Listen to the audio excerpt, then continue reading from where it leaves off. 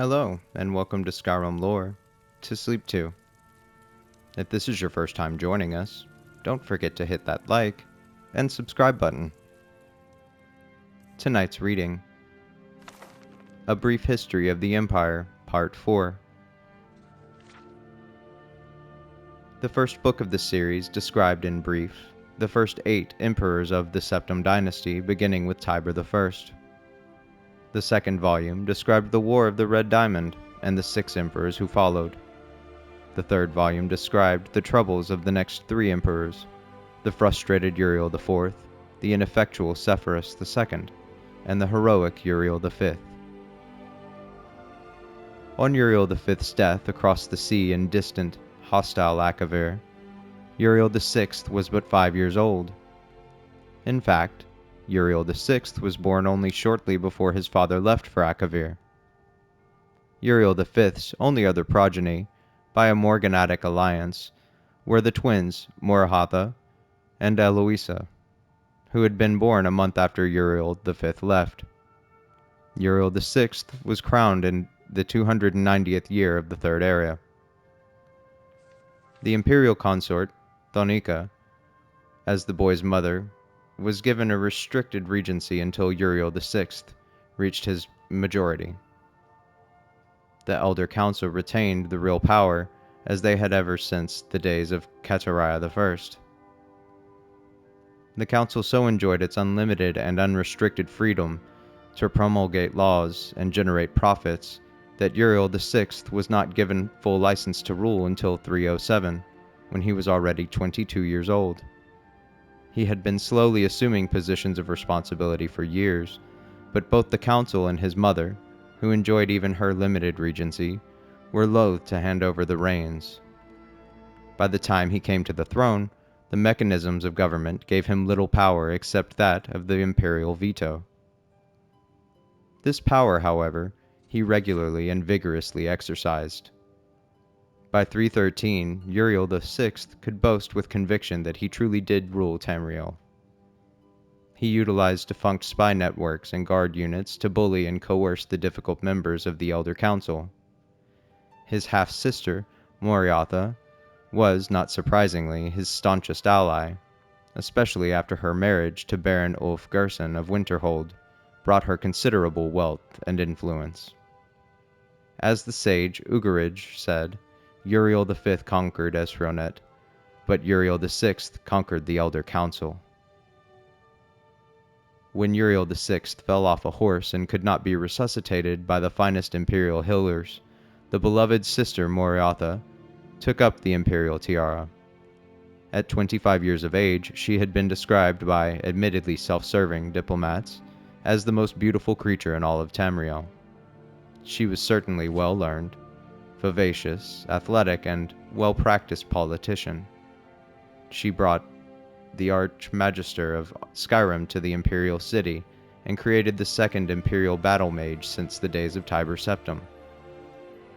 Morihatha finished the job her brother had begun and made the imperial province a true government under the Empress and later the Emperor. Outside the imperial province, however, the empire had been slowly disintegrating. Open revolutions and civil wars had raged unchallenged since the days of her grandfather Sepphoris II. Carefully coordinating her counterattacks, Morihatha slowly claimed back her rebellious vassals, always avoiding overextending herself. Though Morihatha's military campaigns were remarkably successful, her deliberate pace often frustrated the council. One councilman, an Argonian who took the Colovian name of Thoricles Romus, furious at her refusal to send troops to his troubled Black Marsh, is commonly believed to have hired the assassins who claimed her life in Third Era 339. Romus was summarily tried and executed, though he protested to his innocence to the last. Morihatha had no surviving children, and Eloisa had died of a fever 4 years before. Eloisa's 25-year-old son, Pelagius, was thus crowned Pelagius IV. Pelagius IV continued his aunt's work, slowly bringing back under his wing the radical and refractory kingdoms duchies and baronies of the empire. He exercised Morihatha's poise and circumspect pace in his endeavors, but alas, he did not attain her success. The kingdoms had been free of constraint for so long that even a benign imperial presence was considered odious. Nevertheless, when Pelagius died, after a notably stable and prosperous 29-year reign, Tamriel was closer to unity than it had been since the days of Uriel I. Our current emperor, His Awesome and Terrible Majesty Uriel Septim VII, son of Pelagius IV, has the diligence of his great-aunt Morihatha, the political skill of his great-uncle Uriel VI, and the military prowess of his great-granduncle Uriel V. For 21 years he reigned and brought justice to order to Tamriel. In the year Third Era, 389, however, his imperial battle mage Jaeger Tharn betrayed him. Uriel VII was imprisoned in a dimension of Tharn's creation, and Tharn used his sorcery of illusion to assume the emperor's aspect.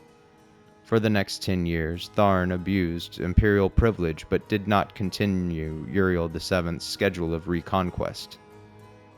It is not entirely known what Tharn's goals and personal accomplishments were during the 10 years he masqueraded as his liege lord. In Third Era 399, the enigmatic champion defeated the battle mage in the dungeons of the imperial palace and freed Uriel VII from his other-dimensional jail. Since his emancipation, Uriel Septim VII has worked diligently to renew the battles that would reunite Tamriel. Tharn's interference broke the momentum, it is true, but the years since then have proven that there is hope of a golden age and Tiber Septim's rule glorifying Tamriel once again.